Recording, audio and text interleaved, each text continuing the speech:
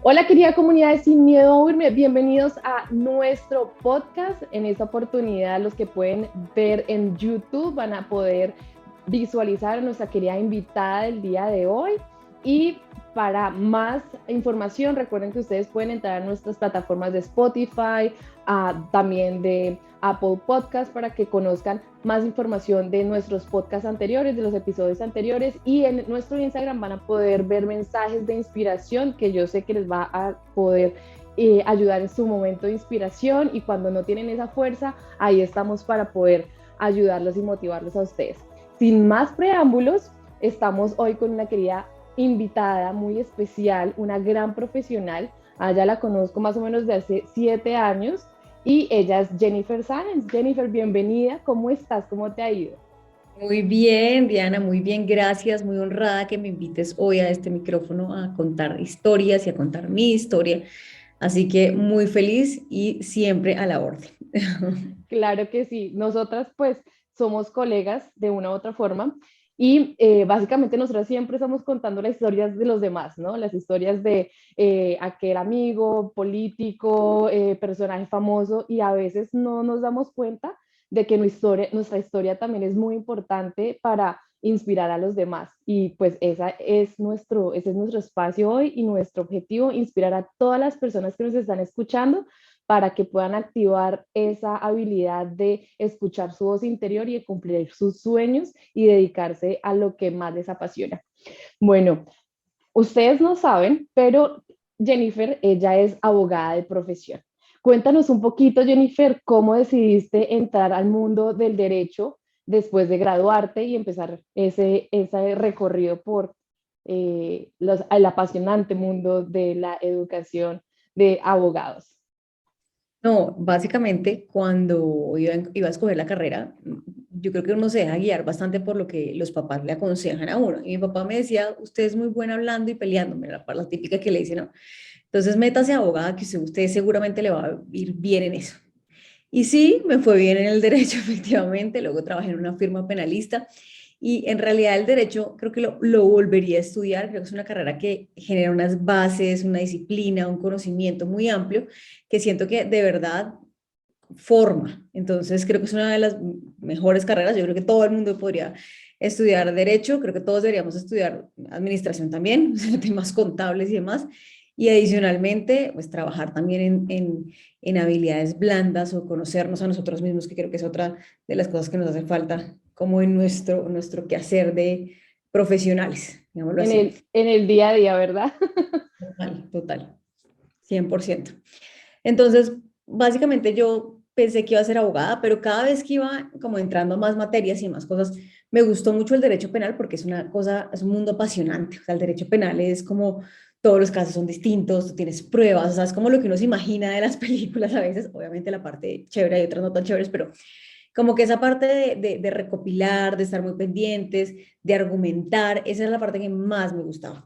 Hay otras partes del derecho, otras ramas del derecho que no son tan divertidas, digámoslo así, y pues por esas no me iba tanto, pero al final también me gustaba mucho comunicar, y sabes, una cosa que me pasaba era que los ensayos de derecho yo los contaba como historias, o sea, claramente no estaban tan bien para los profesores, pero yo lo contaba como quisiera que se fuera narrando algo. Entonces, tenían un encanto para mí especial y era lo que me gustaba hacer. Y por eso, después de un tiempo, terminé haciendo la maestría en periodismo, también ahí en la misma universidad, en los Andes. Y a mí el periodismo me parece que es divino también y creo que tiene unos aprendizajes enormes y ahí aprendemos a contar las historias de los demás.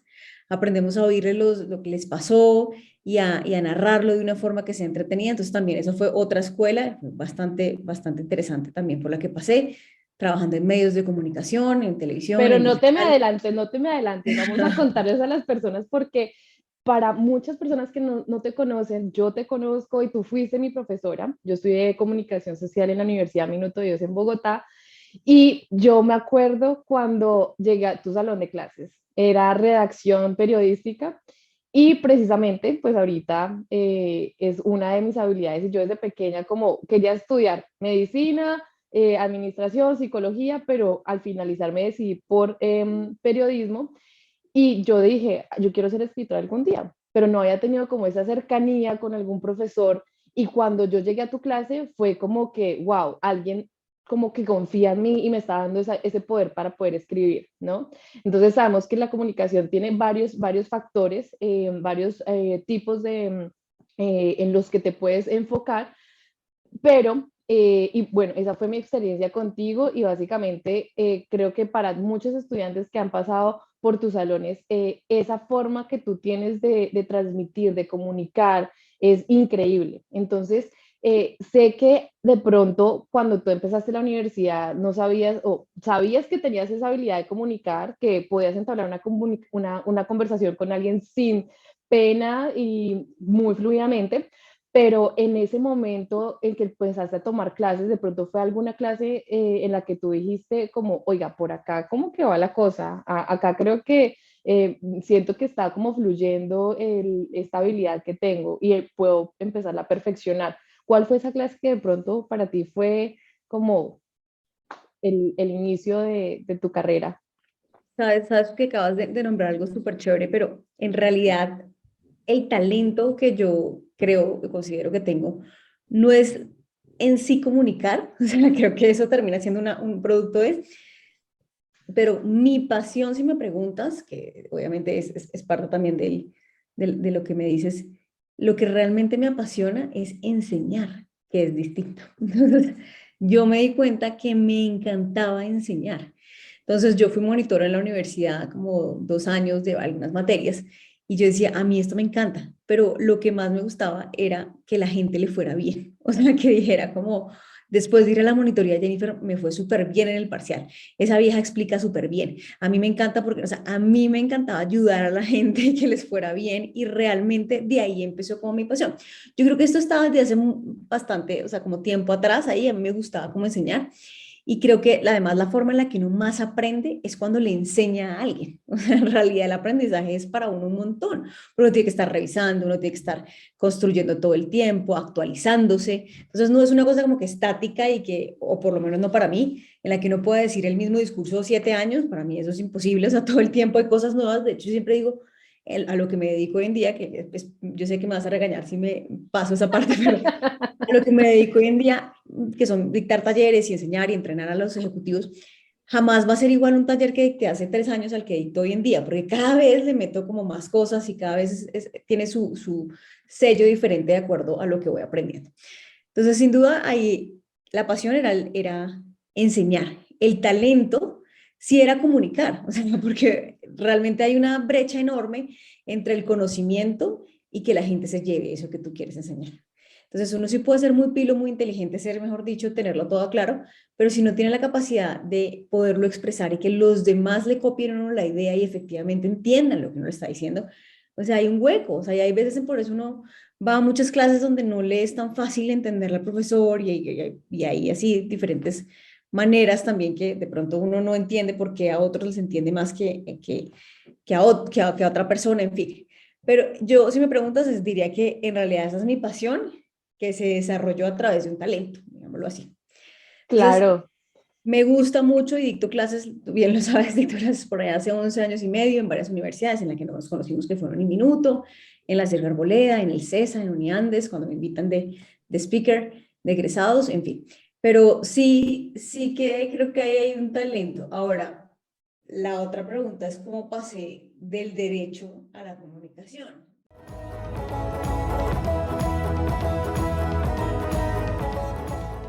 En ese momento tú empezaste a estudiar retórica, que es un arte impresionante que viene desde Roma, desde esa época en la que los hombres de política, de poder, se expresaban y lograban esa conexión que tú dices, porque no todas las personas pueden lograr transmitir su conocimiento y que les crean. O sea, hay muchas personas que hoy en día tienen esa frustración, ¿no? Entonces, esa clase de retórica, ¿cómo empezó a pulir, digamos, esa pasión que tú tenías y a enfocarla como a esa habilidad blanda que tú tienes ahorita? ¿Cómo fue tu experiencia en esa clase? Pues fueron como dos clases, unas como en pregrado que uno siempre ve, que es como argumentación. Todas esas clases son súper importantes o fueron importantes para mí porque siempre me pregunté por qué hay gente que convence más que otras. O sea, cuando estaba en clase, uno, en derecho te pone mucho como a tener casos y a debatir y a coger bandos y entonces te dicen, tú tienes que defender esto hasta la muerte y hay otros que tienen otra, el opuesto y tienen que como que enfrentarse, ¿no? En temas de argumentación. Y ahí siempre me llamaba la atención porque había gente que aunque no tuviera argumentos a veces tan fuertes, desde la forma podía convencer. O había gente que tenía argumentos muy fuertes y también convencía desde ahí, en fin. Entonces como que me gustaba mucho como el tema de la observación y comenzar a ver y a leer sobre el tema. Y luego, ya en periodismo, cuando trabajaba en televisión, también era algo que me llamaba la atención, porque hay gente, políticos, y los políticos pues son grandes oradores en la mayoría de los casos, independientemente de que nos guste o no la bandera, que llevan, sí había unos que se les facilitaba más y porque había cargos un poco más técnicos que eran mucho más duros, o sea, yo decía, este man es un crack con todo lo que estudiabas, yo sé que sabe mucho, pero en el momento en que uno los iba a entrevistar, eran, o sea, no calaban tan bien, no llegaban tan bien a la gente y a veces uno sentía que no era tan bueno y tan poderoso lo que estaba diciendo y yo sabía que eran muy buenos. Entonces, como que ese tipo de cosas eran las que más me cuestionaron de qué pasaba y que si todo el mundo tenía entonces que de una u otra manera entrenarse para poder comunicar y que hablar no es lo mismo que comunicar. O sea, la gente piensa que como ya habla, se comunica y es muy distinto. Exactamente, precisamente. Y eso pasa ahorita en la forma en la que nosotros nos enviamos un mensaje de texto, enviamos un correo electrónico, o sea, a veces uno no hace como esa pausa y ese filtro de decir, oiga, ¿cómo lo estoy escribiendo? Y eso realmente es lo que quiero decir, la otra persona cómo lo va a recibir. Y ahí es cuando empezamos a ver como ese problema de enfrentarse con el otro, decir, no, pero es que yo quise decirle esto, pero usted tomó otro mensaje. Bueno, ahí empieza todo un mundo de la comunicación WhatsApp, y la miscommunication que llaman también. WhatsApp tiene ese problema, pues, que es un tema de mucho cuidado, porque entonces uno como habla por WhatsApp, si escribe en mayúsculas, si manda emoticón, si manda mensaje de voz, quién es el otro para mandarle un mensaje de voz, tengo la suficiente cercanía. O sea, hay como unas reglas medio implícitas ahí, pero nadie las conoce, pero todo el mundo le hacen como, o sea, pero la gente se siente ofendida, o sea, es que es una cosa rarísima. En WhatsApp creo que no hay un manual pues de comunicación que uno pueda seguir ni nada por el estilo, pero hay muchas como reglas que para ciertas personas son importantes, como por ejemplo, no sé, mandar un mensaje de voz cuando no conoces a la persona. Entonces es mejor mandarle un texto, pero entonces ese texto como tiene que ser, en fin, o sea, yo creo que también ese es otro aprendizaje enorme, que es el de la comunicación escrita por medios digitales o por medios de comunicación más rápida, como de entrega inmediata, como WhatsApp. Exacto. Sí, que nos hace también estar como en el afán del día a día. Bueno, Total. y eso afecta obviamente la forma en la que nosotros hacemos como esas pausas diarias. Total. Entonces, tú te gradúas de derecho y dices, bueno, voy a empezar mi carrera de derecho, voy a tomar casos, vamos a hacer muy buen dinero. ¿Qué pasó ahí cuando, o sea, en ese momento, por qué decidiste, o sea, tu voz interior te dijo, oye, no, pero acuérdate que tú tienes esta buena habilidad para enseñar también, podemos hacer algo? ¿Cómo fue ese proceso de comunicación contigo misma? Porque uno a veces lo ve tan normal de uno decir, no, y entonces lo hice eso y tomé esta decisión y entonces lo empecé y ya, pero uno a veces no dice como, oiga, ¿cómo fue? O sea, ¿qué poder interior yo tuve para aceptarlo y tomar esa decisión de decir, por más que mi familia quiera que yo estudie algo o por más que tengan unas expectativas, que quiero hacer esto y quiero dedicarme a esto también y sé que puedo juntar mis dos habilidades? ¿Cómo fue tu experiencia? Mira que para mí, pero sobre todo yo creo que para mi papá, fue una frustración enorme que yo me fuera a estudiar la maestría en periodismo. Y no me apoyó, no solamente económicamente, sino no me apoyó psicológicamente y emocionalmente, que era para mí algo muy importante. Entonces mi papá me dijo, no, esa carrera que te vas a poner a estudiar ahora, periodismo, te vas a morir de hambre. O sea, los periodistas, mejor dicho, eso no tienen, son bohemios. Mi papá me se imagina que yo me iba a ir a una fonda por allá a tomar todas las noches y a quién sabe qué. Es peligroso, o sea, mejor dicho, todo lo peor. Entonces, yo trataba de explicarle que no necesariamente era ese tipo de persona y que, mejor dicho, que es un tema muy académico, en fin, o sea, no hubo, así literal, como dicen el dicho, no hubo poder humano que lo convenciera de eso. Por el contrario, para mí sí fue muy duro porque no contar con el apoyo de él era como si estuviera haciendo algo malo, ¿no? O sea, como que en verdad como si estuviera en contravía de como unos principios muy importantes en mi casa. Y tomé la decisión, no fue fácil, lo que te digo, pedí un préstamo en principio para empezar a estudiar la carrera. Y antes de empezar, me metí a trabajar en la maestría de periodismo. Había un curso, se vendían unos cursos que son de educación continuada.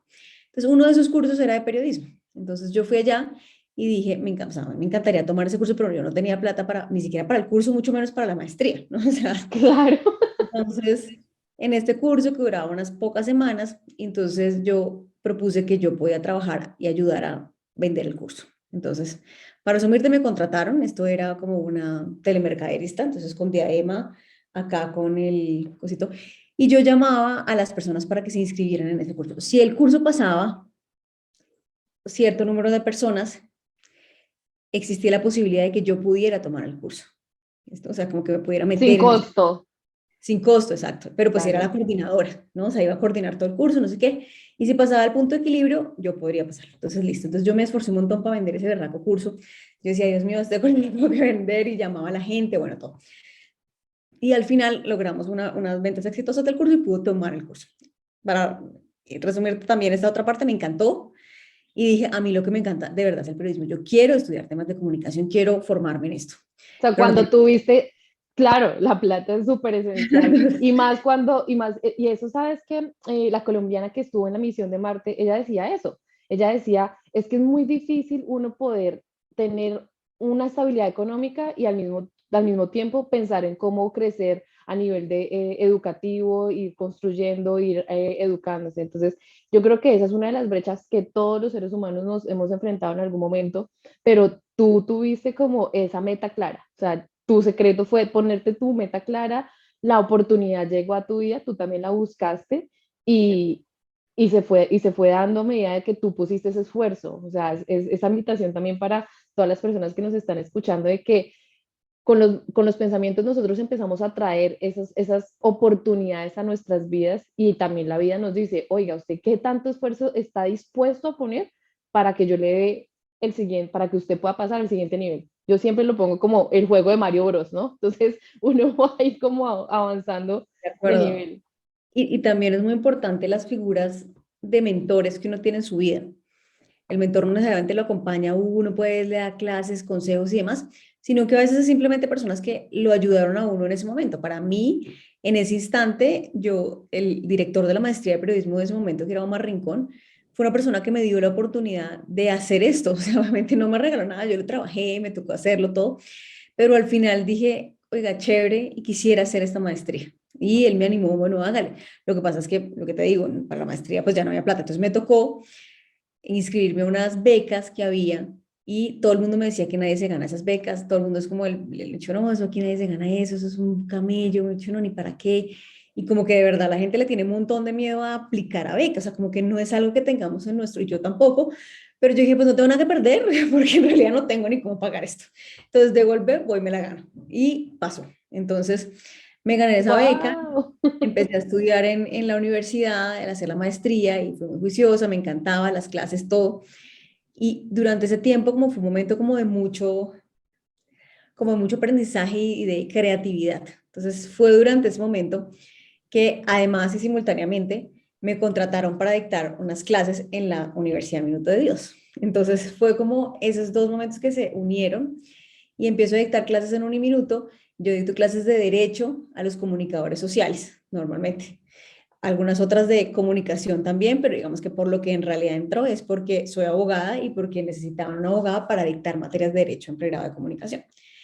Y ese fue como uno de los grandes saltos también a la academia, donde seguía explorando ese talento que tenía y la pasión que era enseñar. Y a mí realmente me encantaba. Entonces yo era muy feliz haciendo toda esta labor y al mismo tiempo me comencé a capacitar acá en el tema de la maestría. Digamos que eso fue como los dos mundos que se juntaron. Wow, aparte que, digamos, ya estabas como en las grandes ligas, por decirlo así, porque para tú entrar a una universidad, te piden unos requisitos, tú tienes que tener como ese autolabor y autorresponsabilidad de decir, yo tengo que preparar la clase, no es como me voy a sentar y bueno, ¿qué quieres saber? Cuénteme, no es como, bueno, vamos a aprender módulo uno, módulo 2 o bueno, poner ese tema y que eso fue también lo que te generó a ti un reconocimiento y ahí fue donde empezaste también a construir la, la credibilidad que te empezó a ti a fortalecer como profesional y que te dio a ti el aval para ser pues una de las profesionales más jóvenes y estar en un mundo de adultos, por decirlo así, de la academia. Cuéntanos un poquito cómo fue toda esa experiencia. Pero también eso fue otro paso porque sí, yo creo que nunca he tenido como el pensar chiquito dentro de mis planes. O sea, obviamente he tenido miedos, por supuesto, ¿será que no sé qué? Pero al mismo tiempo me llega el pensamiento de ¿será que no lo puedo hacer? Y luego voy y me lanzo, ¿sí? O sea, como que no trato que cuando llegue el miedo me coja ya casi que enfrentando, llegando al otro lado. Mejor dicho, como que no lo mastico mucho porque si uno se queda en el miedo, pues no hace nada y se paraliza. Entonces, no, ¿y será que entonces yo soy muy chiquita para dictar clase? Ay, no, mejor yo no acepto eso que me están proponiendo porque pues qué tal yo, no, o sea, qué tal nada, pues toca prepararse y hacerlo lo mejor que se puede y punto y hágale porque ni modo. Entonces sí, yo era creo que la profesora más joven de todos los, no sé cuántos profesores había en esa planta, no sé, 50, 60 y pico, y realmente entro, pero lo bonito es que, ¿sabes qué? Como que mis jefes y las personas que estaban como arriba mío siempre me motivaron y creo que nunca vieron como una persona que había que empujar, todo lo contrario. Tanto así que como al año, yo no sé, como al año y medio quizás de estar trabajando ahí, me ofrecieron ser la coordinadora del área de contexto. Ahí sí yo creo que históricamente pudo haber sido la coordinadora más joven de la historia en todo lo que llevaba esa planta, pero también tuve muchas oportunidades de liderazgo ahí, ¿sabes? Como gente mucho mayor, que lo que bien lo acabas de decir, llevaban quizás 20 años o 15 años en esa institución y yo llego muy nueva con un cargo que además me ponen así como, ¿no? Y eso me hizo aprender muchas cosas desde humildad, ¿no? O sea, para hablar, hasta, mejor dicho, todo lo que uno puede llegar a saber y a tener para liderar equipos. Obvio, yo creo que habían encontrones, habían egos también, porque cuando uno está en la academia hay muchos egos de conocimiento. Yo he hecho 17 doctorados, 80 PhD o lo que sea, y los que tienen, ¿cuántos libros has publicado tú? ¿Cuánto no sé qué? Entonces es un tema que como que comienza a contrarrestar y a veces a chocarse entre unos y otros. Pero creo que a pesar de yo creo que todo lo que pudo haber hecho, creo que fue muy bueno. O sea, yo en realidad creo que recuerdo muy gratamente mi paso por un minuto por esa universidad, con los profesores, con mi jefe, o sea, con las personas que estuve, con la decana en ese momento. O sea, fue algo demasiado lindo. O sea, para mí, un aprendizaje de amigos que me llevé, de gente muy, muy chévere. Y creo que ese paso también permitió que se extendiera la comunicación desde el liderazgo, ¿sabes? Y comenzar a tener también otros roles en diferentes cargos. Claro, no, es que pasaste de aprender a cómo comunicarte, o sea, de aprender, porque la maestría era en comunicaciones, en verdad, comunicación y periodismo.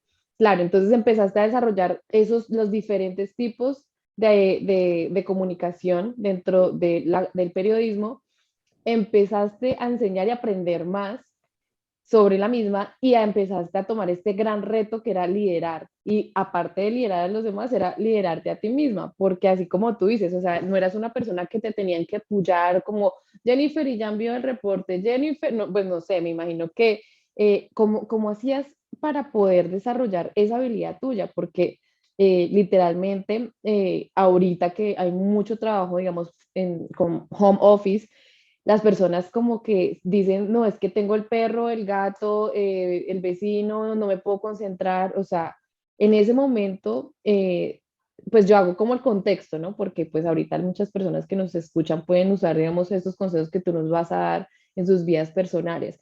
¿Cuál fue tu, no sé, tres habilidades o tres recomendaciones que tú tienes para uno poder autogestionarse, liderarse y, digamos, potencializar eso que uno tiene dentro, esas habilidades y darla toda, mejor dicho, en la cancha, eh, obviamente controlando, digamos, los egos que siempre vas a tener encontrones, o sea, esos dos mundos dentro de la parte organizacional y corporativa.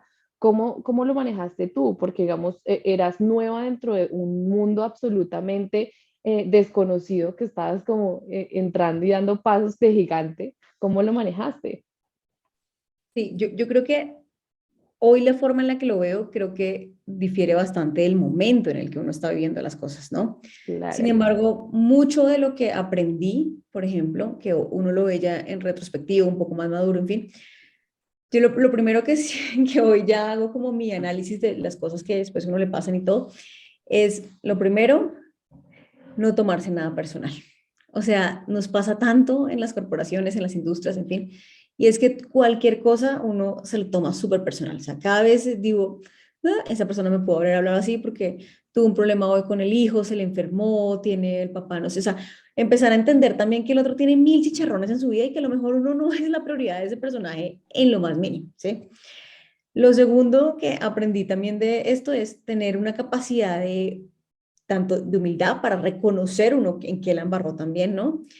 Pero no quedarse ahí. Entonces, sino que, tercero, o sea, ¿cómo voy a aprender de esto? Porque si no, o sea, si uno no aprende de los errores o de las cosas, y no solamente errores propios, o sea, porque el otro le pasó esa vaina, o sea, porque a fulanito le fue así, porque vaciaron a tal persona, o porque esta persona no logró si tenía tantas ganas de hacer tal cosa, porque no lo hizo, o sea, o sea, es una especie de capacidad de observación slash aprendizaje, ¿no? O sea, ¿qué habrá pasado? Y también eso aprovecharlo para uno. Yo siempre he dicho que uno no tienen que pasarle las cosas malas para aprender. Desafortunadamente a veces sí somos así, o sea, hasta que uno no le pasa, uno no aprende. Pero tener la capacidad de observación de porque el otro se quebró. Pucha, no, este man se quebró, este man que era tan bueno, o sea, este man le iba súper bien, no sé qué, y de pronto un día no, que nos quebramos, por poner un ejemplo en la vida que pasa y que uno a veces observa de la gente alrededor, pues porque se gastaron toda la plata, porque no hubo manejo de las inversiones, porque no sé, entonces, ¿qué les pasó?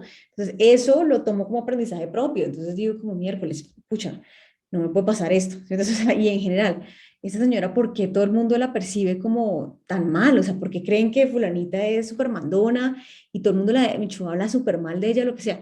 ¿Qué hacen? No, pues estas son las acciones que esta señora está haciendo y todo el mundo la está percibiendo como negativo. Entonces de eso aprendo y comencé a darme cuenta. Y creo que es parte de capacidad de observación, mucho, y lo otro es qué hizo y cómo lo podría manejar yo, digamos. Por eso te digo, no estoy acá diciendo que lo manejo siempre espectacular, ni que soy el gurú acá y que mucho menos antes, porque cada vez al contrario uno va aprendiendo mucho más de lo que le va pasando, pero sin duda creo que es algo de lo cual aprendí muchísimo. Claro, aparte que digamos ese ejercicio digamos, del espejo es bien importante y que en muchas ocasiones uno se ve reflejado en los otros, ¿no? A veces de pronto lo que uno le molesta es como que, uy, pero ¿por qué me molesta tanto esa persona? Y porque es que tú también eres así, no Así te has va dado uno. cuenta, exacto. Ese es como ese reto de uno también con humildad, reconocerse y pues enfrentar esos miedos que básicamente esa fue una de las razones por las que yo creé este podcast, porque me empecé a enfrentar a un mundo nuevo y dije, no, o sea, yo tengo que tomar la situación por la manga y mirar a ver cómo podemos empezar a evolucionar, porque esa es la misión de nosotros como seres humanos. Si nosotros no evolucionamos, si no crecemos con nuestros aprendizajes, nos van a volver a pasar. Y hablando de aprendizajes, cuéntanos un momento que tú recuerdas dentro de esa experiencia que tú dijiste que fue la más dura.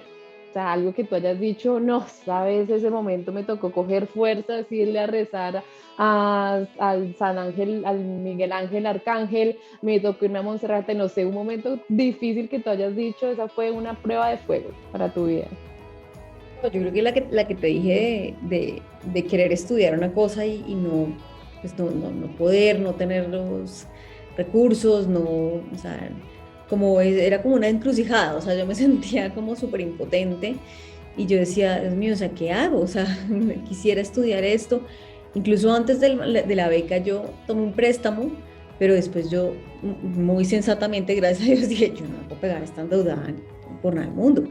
O sea, es demasiado y yo dije, pagué un semestre, un primer semestre, o sea, unas primeras materias de la maestría y dije, no, o sea, no, esto es imposible. O sea, y yo ahí casi que me rindo, de verdad, y sentí como una frustración enorme por no poder seguir estudiando y porque en verdad de las cosas que más me gustan a mí es como estar como en constante aprendizaje. A mí me gusta aprender, me gusta enseñar, pero uno no puede enseñar nada que no sabe. Entonces, obviamente, tiene que estar constantemente en aprendizajes. Y eso me frustró mucho, ¿sabes? Como que fue una época que yo recuerdo como obvio, como con victoria, porque se logró, pero si lo veo desde el minutos antes de la victoria, o sea, era como no sé, o sea, recé todo, yo me acuerdo que yo lloraba, yo decía, Dios mío, ¿qué más hago? O sea, no sé cómo lograr esto. Y creo que Dios también tiene un componente muy importante, bueno, la espiritualidad, de acuerdo a lo que cada cual crea, pero para mí, pues es Dios un componente muy importante. O sea, para mí, si tú me preguntas esos micromilagros que a veces surgen en la vida, que uno a veces piensa que se le va a aparecer pues la Virgen en el chocolate o que, mejor dicho, uno se va a ganar la lotería, pues para mí la vida está llena de micromilagros y para mí un micromilagro que para mí fue un súper milagro en realidad fue eso, o sea, poderme haber ganado la beca. O sea, mucha gente dirá, no, pues porque usted estaba preparado, usted era el momento, y también creo en eso, sin duda, pero hay momentos en los que uno llega y le surgen y le pasan las cosas. O sea, yo siento que el éxito, y es una de las frases que más tengo, y es que el éxito precede la oportunidad y la preparación. O sea, es cierto, o sea, tienes que estar preparado para ese momento, pero también tiene que haber la oportunidad. A veces estamos preparados y no hay la oportunidad, a veces hay la oportunidad, pero no estamos preparados. Entonces, en realidad, es la sumatoria de la preparación y de la oportunidad.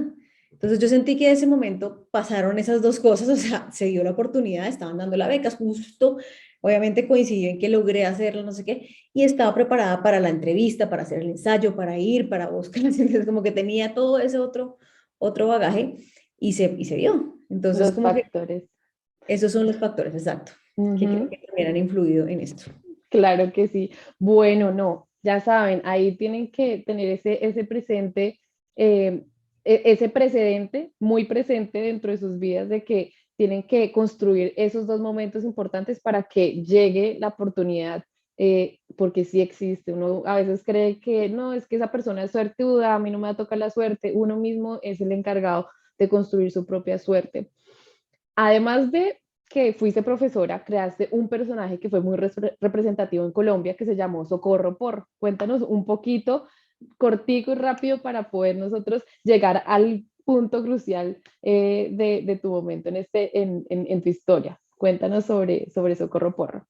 Cuando estaba en la universidad, cuando estaba estudiando la maestría, son momentos de creatividad enorme, por eso la educación es bellísima. O sea, yo digo que uno debería seguir estudiando toda la vida y que el sistema educativo está hecho hoy para que uno sienta que ya acabó. O sea, como, no, ya hiciste la especialización, ya, bueno, listo, check. Y ya entonces dedícate a trabajar. O ya hiciste la maestría, ya, check. O sea, no. Y yo siento que esto tiene que ser algo como que siga y perdure. Y lo que me pasó a mí en la maestría es que hay momentos de creatividad enormes. Entonces, en ese momento, a mí siempre me había gustado la política y creé un personaje que le puse Socorro Porro. Y era una manicurista que hacía entrevistas mientras hacía el manicure a, por lo general, personajes políticos nacionales. Ella era argentina y era argentina porque en ese momento, pues entre las varias razones, era que en ese momento un jefe que yo tuve de área era un argentino. Y entonces a mí me gustaba como hacerle chistes y lo remedaba y no sé qué, y lo hacía en argentino. Y entonces los argentinos tienen un humor negro que yo lo disfruto un montón. Y comenzábamos a burlarlos de la actualidad. Y entonces dije, qué chistoso sería hacer algo como de radio. En principio empezaba con eso. Y yo decía, chévere que se llamara Radio Bemba. Me acuerdo que fue como el primer nombre que quería que tuviera como esta noción. Y después fui pasando y vi, era como un Halloween, yo no me acuerdo, y vi una peluca de esas y me compré una peluca que iba caminando por ahí y vi y dije, ay, creamos una vaina rara, un personaje que sea chistoso y que se burle de las cosas de la actualidad. Al final terminé burlándome de muchas cosas de la facultad también, porque luego lo presenté ahí en la universidad, pero creo que era algo que disfrutaba también muchísimo, era como una catarsis que tenía y que hacía como de todo, de actualidad, entonces nos burlábamos, había unos profesores con los que me acuerdo mucho Gonzalo, con el que hablábamos de actualidad, y discutíamos y me parecía espectacular. Era un espacio de crecimiento bien lindo y adicionalmente pues en la maestría iban pasando las materias y todo lo demás.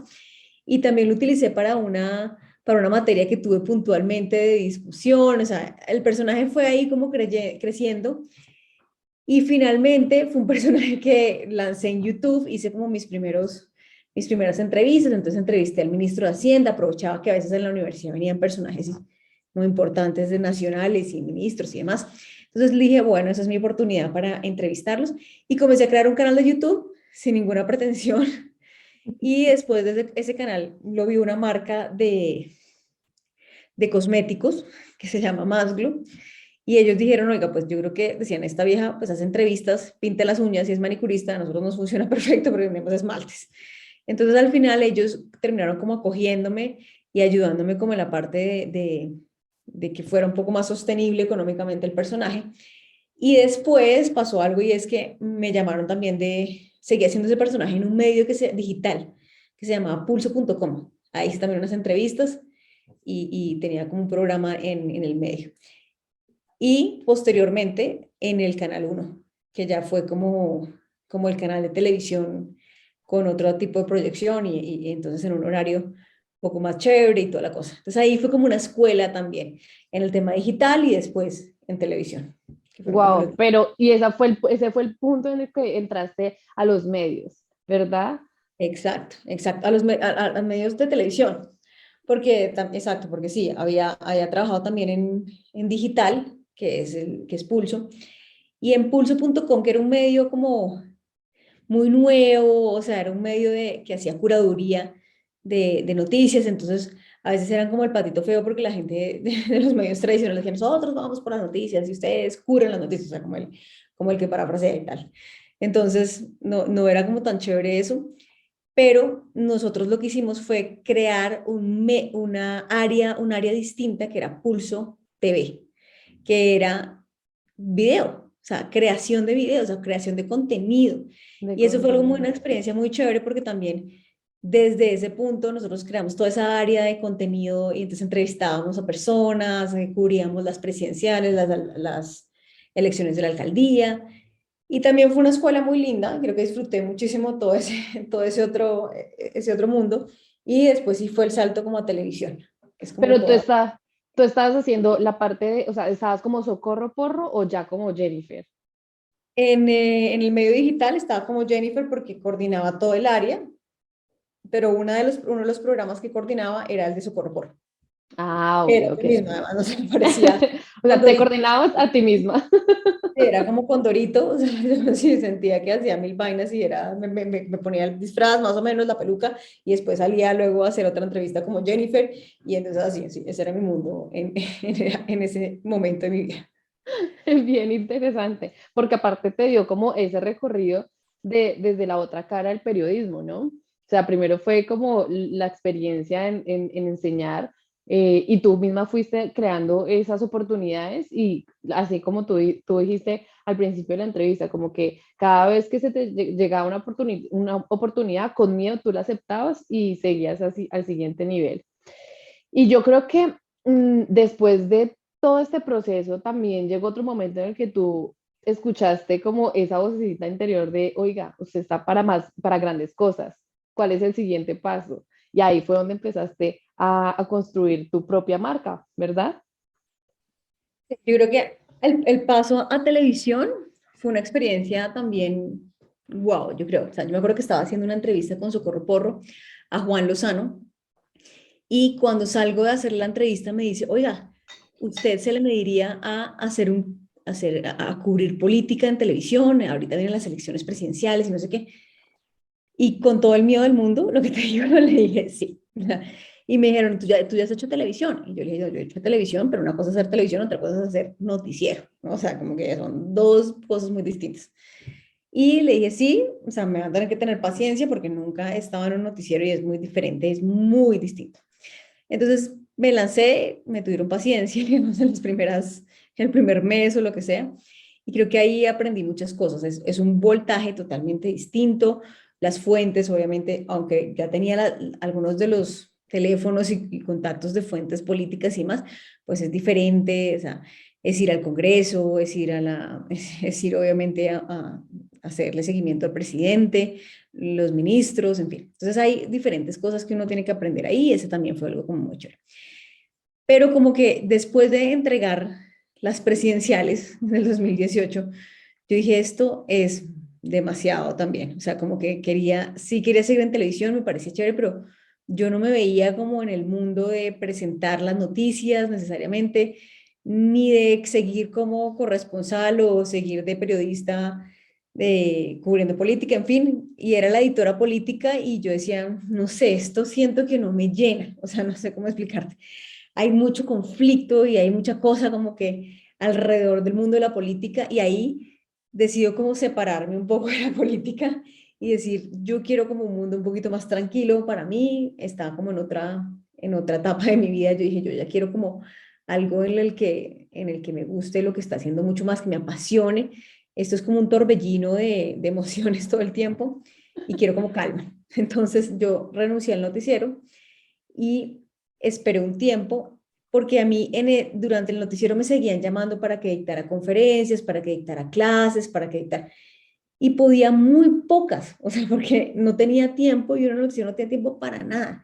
Entonces podía ir muy cosas, y a mí eso sí me gustaba, o sea, tuve que renunciar a dictar clases porque no hay tiempo para eso, o sea, no podía dictar una clase mientras hacía el noticiero. Entonces, como que me hacía falta esa otra cosa que es lo que te digo, que es mi pasión. Y si tú ves lo que yo a veces hacía en el noticiero, era enseñar, o sea, yo decía, hagamos cápsulas pedagógicas no sé, de todo lo electoral. Y, o sea, y yo lo que quería era como seguir enseñando. O sea, en el fondo, o sea, yo no quería tanto como compartir lo que decían los conservadores y los liberales y no sé qué, sino decía, ¿y qué pasa si enseñamos cómo funciona esta parte del proceso político en el que está metido Uribe ahorita? ¿O por qué? ¿Qué pasa? No, pues obviamente nadie le compró uno de eso, pues, porque eso es un larguero y eso pues nada en televisión, eso de hecho tiene un minuto y pues explicar eso implicaba mucho más tiempo. Entonces, como que en realidad mi esencia no estaba tan ahí, tan en ese punto, pero igual, o sea, me parece una súper academia. Entonces yo renuncio y el siguiente paso es que me comienzan a llamar. Entonces, mira, queremos que nos hable sobre temas de liderazgo, queremos que nos hable sobre temas de comunicaciones, y ya tenía tiempo. Entonces yo, uy, lo máximo, claro que sí, no sé qué. Y empiezo a darme cuenta, pues, de la necesidad que hay en el sector privado de muchos temas de comunicación. Entonces comienzo a crear los talleres y a ponerle toda la metodología académica que venía haciendo hace 11 años, o sea, que era como hacer una malla curricular, pero que tuviera la parte divertida o que tuviera mucho experiencial para los ejecutivos también, porque era el core business es mucho que fueran directivos de empresas o fuerzas de ventas. Hoy lo hemos hecho o sea, hago mis talleres mis entrenamientos a jóvenes, incluso pospenados con la Fundación de Acción Interna de Joana Bamón, a fundaciones de jóvenes rurales, en fin, pero digamos que como negocio, ¿no? Porque eso es lo que me encanta hacer, o sea, esa es la diferencia. Pero como negocio, pues está que es enfocado hacia empresas. Y empiezo a hacer eso y en realidad se comienzan a abrir unas puertas increíbles y me empieza a ir muy bien. Creo mi empresa, o sea, la constituyo ya legalmente porque pues era parte. Empezaste de manera informal, como Sí, independiente. exacto, como que cuando uno pasa cuenta de cobro y la cosa normal, pero acá dije, no, esto ya hay que constituirlo porque ya me empiezan a llamar a empresas mucho más grandes, entonces empiezo a trabajar con Pfizer, con IBM, con Chubb, que es una multinacional de seguros, comienza a entrar muchos multinacionales a llamarme y ellos quieren que también la persona que esté ahí esté respaldada por una empresa. Entonces ya no es como, hola, soy yo, sí, sino que Claro. tiene que ser una empresa constituida. Entonces constituyo mi empresa, empiezo a tener En, aliados también estratégicos y hacemos el cambio de pasar de medios a pasar a ser, en principio, emprendedora o empresaria.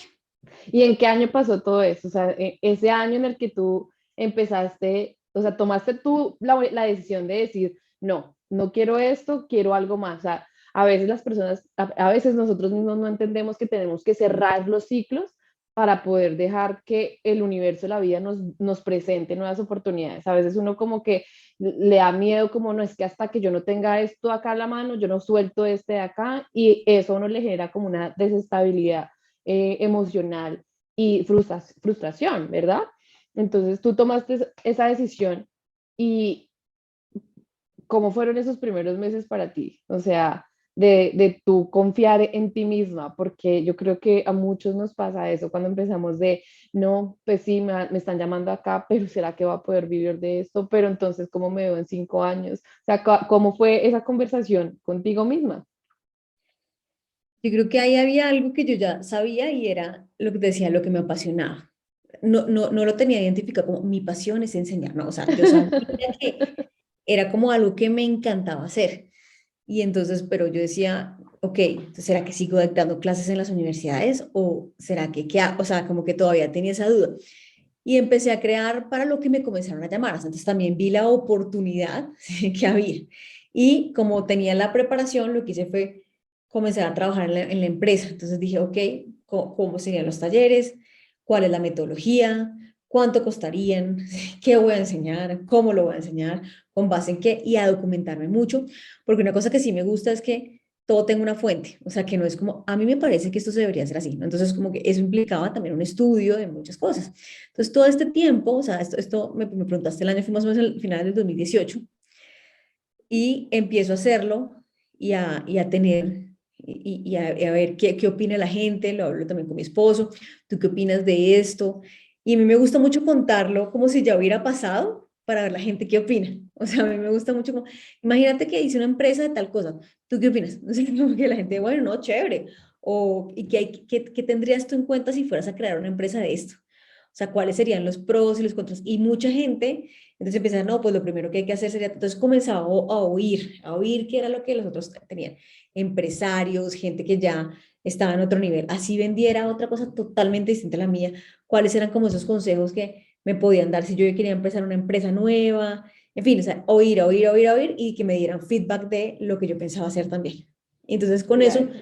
fui como construyendo, ok, entonces hay una oportunidad de negocio acá, sí podríamos hacerlo de esta manera, no sé qué, pero igual había que testearlo. O sea, no, o sea, puede que la idea sonara fantástica, pero había que testearlo. Y cuando comienzo a testearlo, me doy cuenta que el recibimiento es muy bueno y que se crea un voz a voz constante. Entonces empiezo a tener solicitudes de empresas grandes y todo, y eso obviamente me anima muchísimo más a seguir construyendo ese camino. Entonces, cuéntanos entonces por qué le pusiste el nombre que le pusiste y cuál es ese nombre a tu querida y apreciada y súper recomendada empresa. Nosotros nos llamamos el SPEAK. Y nos llamamos el Speak porque tiene varias maneras y yo siempre he pensado que uno tiene que contar una historia de lo que sea, de su logo, del por qué pasó, de lo que sea. Y viene L de elefante y Speak de cómo suena hablar en español, cómo suena tal cual, Speak hablar en inglés, ¿no? Entonces, L de elefante tiene una cantidad de razones por las cuales los elefantes me parecen unos animales majestuosos y dentro de esas son animales que siempre viven en comunidad, o sea, casi siempre nunca ve un elefante solo, pues está solo, es porque está perdido o algo le pasó, pero siempre aman vivir en comunidad y a mí eso me encanta porque yo quiero construir siempre una comunidad alrededor de la empresa y eso es lo que he venido haciendo durante este tiempo. Lo segundo es que tiene unas orejas muy largas, muy grandes y una trompa muy larga, que para mí la analogía ahí es, hay que aprender a escuchar muy bien al cliente para enseñarle a utilizar esa trompa, que es la capacidad de hablar, que tiene un poder y tiene una fuerza increíble. O sea, la trompa del elefante puede derrumbar un árbol. O sea, tienen muchísima fuerza. Y creo que hay otras cosas de los elefantes que quizás uno no sabe, y es que, por ejemplo, son comunidades matriarcales. No es el elefante macho el que guía la manada, no. Es la elefanta más anciana y es la que tiene todo el conocimiento y les va diciendo dónde pueden encontrar luego agua, si hay sequía, no sé qué, me parece divino como que sea así. Los embarazos de los elefantes duran 2 años, son de los mamíferos que más duro les toca en temas de aguantar hasta que salga el elefantito y no tienen 17 elefantitos, ni 8 ni camadas de 10 elefantes, como el resto de la mayoría de los mamíferos que tienen varios.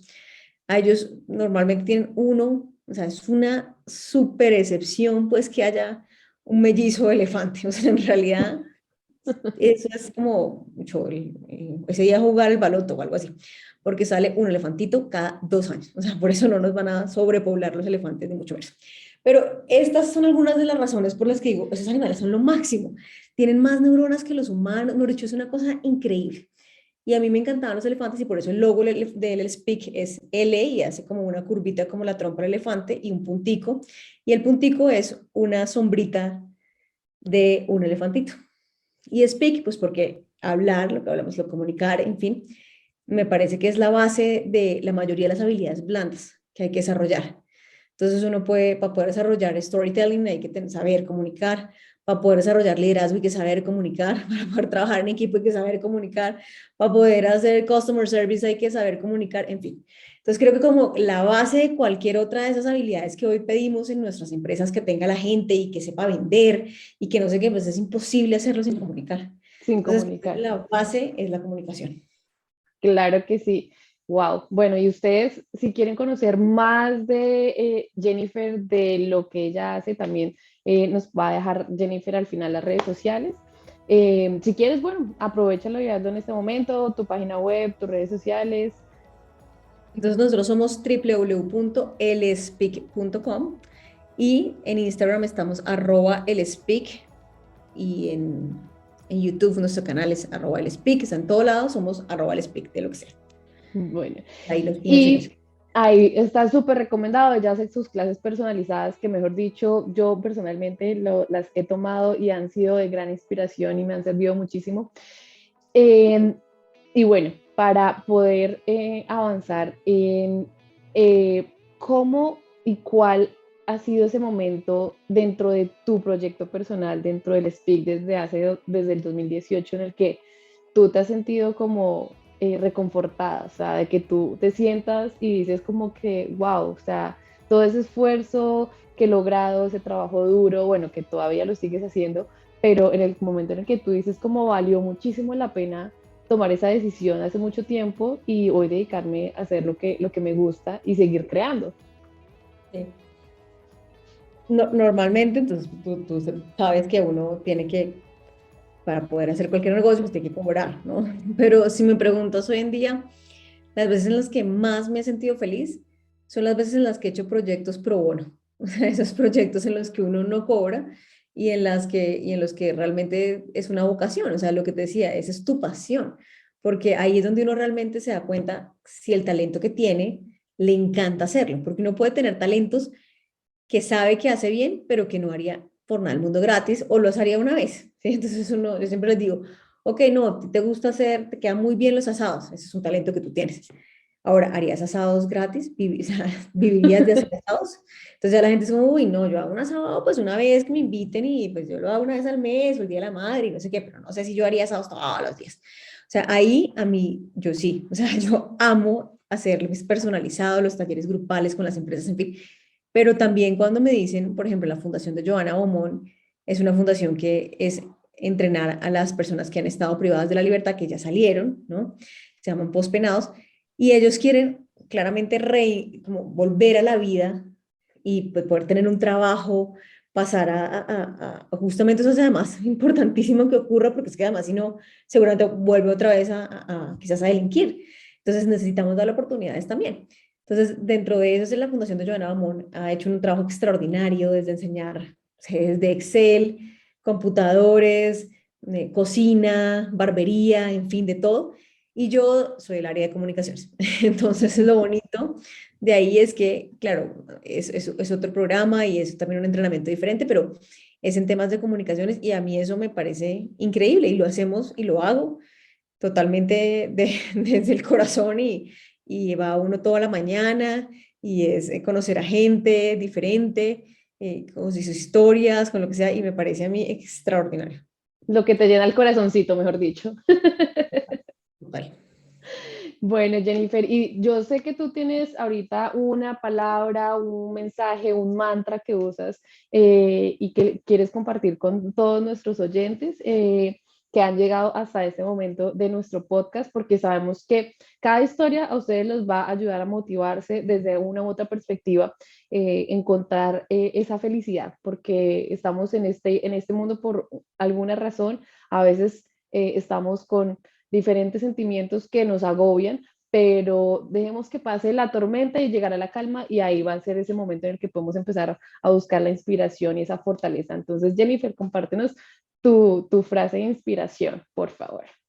Tengo dos, una que ya se los dije y es que el éxito precede la oportunidad y la preparación, ¿sí? Esa es una que de verdad me parece increíble de tener, o sea, y es porque hay que prepararse, hay que estudiar, hay que estar listos para el momento, para que llegue esa oportunidad y estar listos para recogerla, ¿no? Y la segunda, que tiene que ver más con comunicación, es que una buena comunicación te vuelve influyente. Ahora bien, la influencia que quieras dar, siempre hay que pensarla y repensarla. O sea, ¿en qué te quieres volver influyente? Porque hay influyentes buenos, por no decir influyentes malos. Entonces, siempre hay que pensar como mi comunicación tiene que ser el canal para decir algo muy positivo, o sea, para inspirar a otros, que lo acabas de decir, para enseñar a la gente cómo puede salir adelante, o sea, y toda la comunicación tiene que ir basado como en eso, como en un propósito. O sea, ¿cuál es tu comunicación? ¿Cuál es tu propósito para volverte una persona influyente? Porque lo que yo enseño es a comunicar bien, pero me gusta más entender cuál es el propósito de por qué quieres hacerlo. Entonces, una buena comunicación te vuelve influyente y que esa influencia sirva positivamente para otros, para que permitas crecer a otros. Claro que sí, maravillosa esa frase porque precisamente a veces creemos que influir en otras personas es imposible, ¿no? Uno a veces dice como no, eso es solamente para los famosos, eso es para ahorita los que tienen 10.000, 20.000 seguidores y básicamente no necesariamente tiene que ser así. Yo me acuerdo que en un taller que tú, en uno de los talleres que tú dabas, tú dices como practique la sonrisa, a ver usted qué tanto genera un clic en la persona, en alguna persona en un día. Y eso es importante. Una digamos, de mis razones cuando me preguntan cuál es alguna razón tuya de vida, y yo digo, es aprender algo o enseñar algo cada día, ¿sí? Entonces, es esa misión que uno tiene, es el resultado, perdón, esa misión que uno tiene puede verse reflejada en el día de uno y en lo que uno va recibiendo, ¿no? Entonces, acá también, digamos, esa reflexión de que uno tiene que aprenderse a conocerse a uno mismo, porque si uno no se conoce, uno puede empezar a juzgar a los demás. Es que fulanito me habló mal, es que ellos no me entienden, es que el otro no se sabe comunicar, es que es el otro. A veces, y es la invitación de hoy, de este podcast, de que la comunicación primero comienza con nosotros, ¿sí? Es importante y súper esencial uno aprender a comunicarse con los demás, pero en el momento en el que nosotros entendemos cuál es nuestra esencia, ahí podemos encajar de una manera extraordinaria esos dos procesos de comunicación interna y de comunicación externa. Y como dice Jennifer, será la manera más, de la mejor manera para fluir en esa comunicación y ser influyentes, ya sea en nuestra familia, con nuestra pareja, con nuestros padres, en el colegio, si estás en el colegio, en la universidad y ahí en cada uno de los momentos que estás pasando en tu vida. Entonces esa es una gran invitación y bueno, ya llegamos a nuestro final, pero Jennifer, encantadísimos de tenerte. Para mí ha sido un honor. Veníamos esperando este momento y por fin la luna, las estrellas se conjugaron. Sabemos que estás esperando a tu primer bebé y te queremos dar las mayores bendiciones del mundo para ti, para tu familia, para que sigas también en esta nueva etapa, porque ahora es enseñarle a comunicar a los chiquitos, entonces puede ser una gran oportunidad para seguir aprendiendo y enseñando, ¿verdad? No, muchas gracias, no, Dianita, muchas gracias a ti por esta invitación, de verdad me sentí como en casa y efectivamente ya aquí esperando el nuevo integrante de la familia y seguramente hará parte de los seres pequeños. El pequeño, tú ya llegó tu primer elefantito, El primer elefantito después de 2 años, tal cual.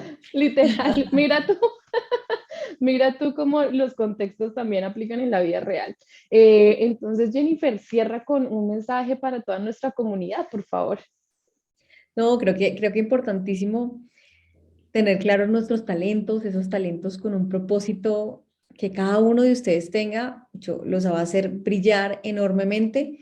Creo que sin duda la comunicación es el vehículo, pero no es el fin. Entonces, aprender a hacerlo es algo que uno tiene que empezar a pulir, pero solamente es exitoso si uno en realidad tiene su propósito claro y cuáles son sus talentos. Y espero que cada uno de ustedes lo encuentre para que brille como nunca.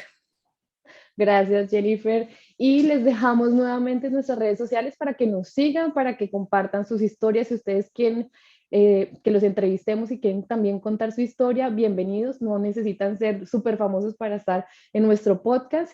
Y pendientes porque próximamente también vamos a tener algunos especiales, algunas charlas totalmente gratuitas por Zoom para aprender a nosotros comunicarnos primero nosotros antes de seguir al paso que es de Jennifer de comunicarnos a nivel profesional y en otras instancias. Entonces, síganos en nuestras redes, @sin miedo a oírme, y gracias a todos por llegar a este momento. Chao, chao. Chao.